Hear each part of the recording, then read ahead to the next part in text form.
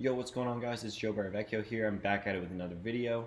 Today we're going to be doing part 2 of the transition into FBA series. Like I said, I was going to be updating you guys on the transition from Amazon dropshipping into Amazon FBA every week, once a week. So this is going to be for the week of Monday, June 20th. So since last week, not too much has really changed. We haven't made our first pallet order yet with FBA. I'm still in the process of going through my supplier leads list.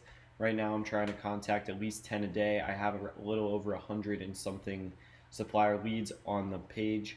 So what I'm going to be doing for kind of like the education side of Amazon FBA, I'm not a full expert with this yet. This has been my first kind of go around and transition into it. So I don't want to make in-depth videos explaining how I contact suppliers, how I do my products research, etc. until I have a couple orders that went through and stuff like that.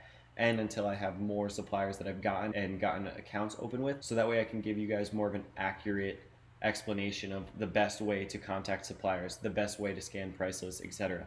But where I'm at, just to update you guys, right now I have 4 supplier accounts open. These are wholesale accounts with different wholesalers that I've found online. All of my suppliers so far have been found through Google and through online searches. Nothing that I've found through in-person relationships yet. However, I am working to do those as well. Right now I'm just scanning the price list of the ones I have, as well as going through and also contacting more of the suppliers. What I can say so far is that it has worked way better to call the suppliers that I'm looking to open accounts with. As soon as you get somebody on the phone, it becomes much easier to make some rapport with them and really get that personal connection, because when you talk to them on the phone, they're more likely to give you more of an accurate explanation of what they do as their business, what kind of products they have, etc.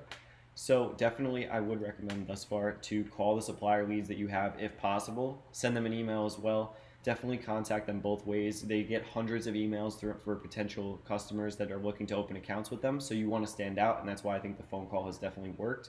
3 out of the 4 accounts that I've opened have been through calling them. One of them was through online, where they actually called me back, and that's what they said on their website. So I went that route because I didn't want to bother them.